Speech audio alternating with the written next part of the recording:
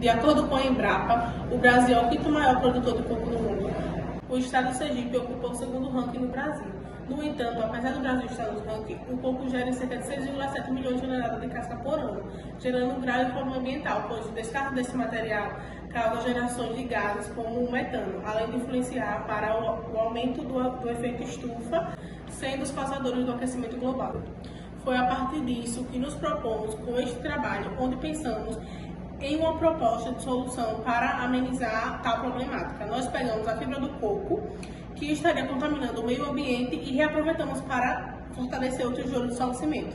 Nosso orientador se interessou pela ideia e nos fez direcionar a fazer várias pesquisas bibliográficas. A colega Deuslene encontrou uma dissertação de um mestrado que um pesquisador fez um tijolo usando a fibra do coco, cimento e argila. Logo, um desses materiais nos chamou a atenção, que foram a fibra do coco, pois em discussão na sala de aula, a nossa colega Margarida nos comunicou que tem um vizinho dela que vende em torno de 1.000 cocos diários por dia, ele sendo verde. Logo vemos que isso é um problema socioambiental inserido dentro da nossa realidade, visto que para ele, ao vender o coco, as cascas não tinham nenhuma utilidade. Na literatura, descobrimos que a fibra do coco é obtida das cascas do coco e ela é 100% natural e biodegradável. Ela é conhecida por sua alta resistência à umidade, o que a torna ideal na construção de telhados, tijolos, vasos de jardinagem. Para a produção do nosso tijolo solo-cimento, precisa-se da fibra do coco, para em seguida seres encaminhados ao laboratório de ciência do nosso colégio, para realizar o desfibramento. As fibras foram colocadas ao sol para secar. Logo, percebemos que estava um dia chuvoso, onde não podíamos correr o risco de deixá-la em local aberto, no próprio colégio, sem ter algum acompanhamento. Após o processo da secagem, a colega percebeu que se cortarmos as fibras em pequeno pedaço, facilitaria na produção do nosso tijolo solo-cimento, tornando-se a massa mais homogênea. O teste de frasco é uma técnica simples usada para determinar a proporção de areia e argila em um solo arenoso, com o objetivo de avaliar sua qualidade para a produção de tijolos. Foi colocado o solo peneirado no frasco de vidro, até encher pela metade. Segundo, adicionado 2 colheres de chá de sal ao solo no frasco. Terceiro, completar o frasco com água com cuidado para não enchê-lo completamente. Quarto, agitada bem a mistura dentro do frasco para garantir uma distribuição uniforme do sal e iniciar o processo de separação de mistura. Quinto, o frasco foi deixado em repouso por 30 minutos. Durante esse tempo, as partículas do solo começaram a se separar de acordo com a sua densidade. Para entendermos a identificação da estrutura morfológica do coco, realizamos uma atividade que tinha o objetivo de entender a estrutura morfológica do coco de uma maneira prática e criativa. Para a preparação do solo-cimento com fibra de coco, passa-se o arenoso na peneira para retirar o material orgânico e as pedras. Mistura-se o solo arenoso com o cimento na proporção de 1:12. 1 kg de cimento para 12 kg de arenoso. Adiciona-se a fibra do coco, o equivalente a 6% da medida do cimento. Mistura-se tudo e despeja-se a massa pronta em uma forma para prensar manualmente.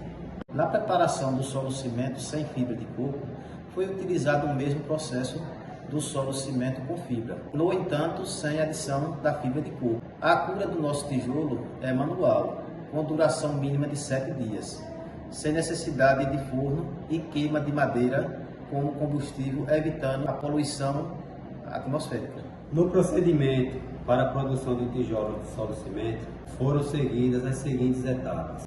Primeira, uma prensa manual de baixo custo, produzida pelo membro do projeto, Tiago Olegário, que é um habilidoso marceneiro. Segundo, a tampa da forma da prensa foi aberta e a mistura de solo-cimento foi inserida. Terceiro, a tampa da forma foi fechada na prensa, nivelando a mistura e removendo o excesso.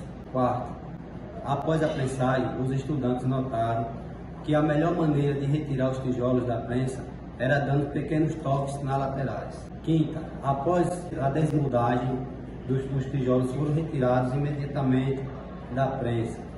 Sexto, os tijolos foram colocados em um local protegido do sol e do vento, onde permaneceram por 7 dias. Sétima e última, após essa fase conhecida como período de cura, os tijolos estavam prontos para o uso. Com os tijolos confeccionados, foi possível realizar o seguinte teste. Os tijolos de esclarecimento com fibra e sem fibra de coco, após estarem prontos para ser utilizados, foi realizado o processo de medição com a régua para avaliar o nível de retração e possíveis fissuras, pós-secagem por ventilação natural em área aberta, ou seja, sem estufa e sem exposição ao sol.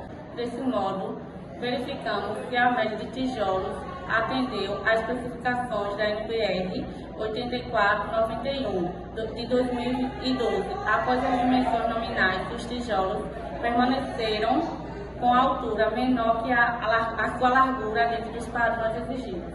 O teste de massa específica é a forma mais direta de expressar a densidade e foi calculada em todos os tijolos produzidos utilizando a fórmula densidade e é igual a massa sobre o volume. Nesse teste, os valores encontrados serviram para calcular o desvio padrão. Realizamos o teste do desvio padrão em cada 5 tijolos confeccionados.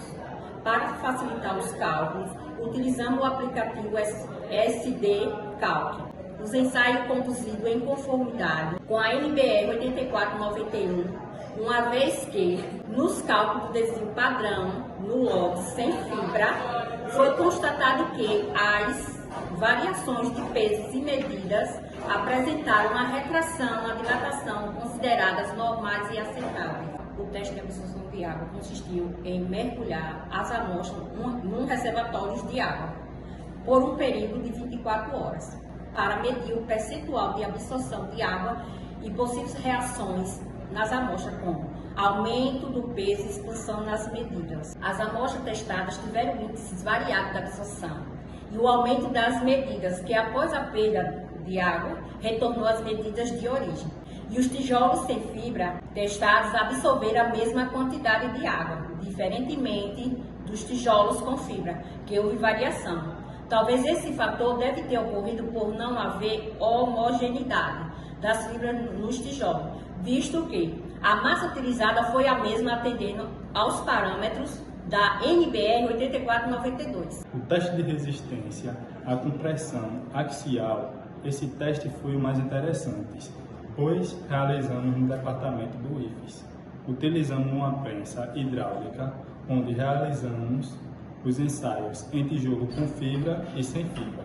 O resumo tabulares do ensaio, a compressão axial, mostraram resultados promissores e adequados. O teste de resistência à compressão realizada em todos os tijolos selecionados, nenhum apresentou resistência individual abaixo do mínimo exigido pela NBR 10.834, o que nos garante que o tijolo exibe propriedades que validam suas vantagens em comparação com os tijolos convencionais, respaldando sua viabilidade para o uso da construção. Os valores individuais de resistência à compressão obtidos das amostras de tijolos com fibra de coco excedem as expectativas em termos de resistência à compressão axial. Tivemos tijolos que apresentaram 6 vezes mais resistente que o tijolo convencional. Os resultados encontrados mostram que é possível obter um tijolo sustentável, além de ser uma proposta que atende o tripé da sustentabilidade e que contribui com o meio ambiente, uma vez que reaproveitamos a fibra do coco, que é comumente descartada, que traz efeitos negativos para o ecossistema. Os tijolos produzidos mostram propriedades adequadas para serem empregados em elementos de vedação, como paredes de alvenaria. Tais tijolos exibem propriedades que validam suas vantagens em comparação com os tijolos convencionais.